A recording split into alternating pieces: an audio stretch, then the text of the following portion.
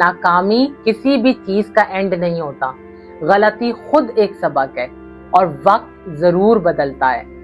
वो लोग जो मेंटली और इमोशनली वीक होते हैं वो किसी भी डिफिकल्ट सिचुएशन के अंदर बहुत जल्दी घबरा जाते हैं, हिम्मत हार देते हैं। वो अपने लिए गलत फैसले करके अक्सर अपॉर्चुनिटीज को जाया कर देते हैं, क्योंकि ज़हनी तौर पर अपने फेलियर को एक्सेप्ट नहीं करते, इसी वजह से अंदर से टूट जाते हैं। इसलिए हमें भी अपनी लाइफ में ऐसा कुछ ना कुछ जरूर करना चाहिए जिसमें हमें डिस्कम्फर्ट हो। ऐसे काम करने चाहिए जिसको करने से हमारा माइंड हमें रोकता है।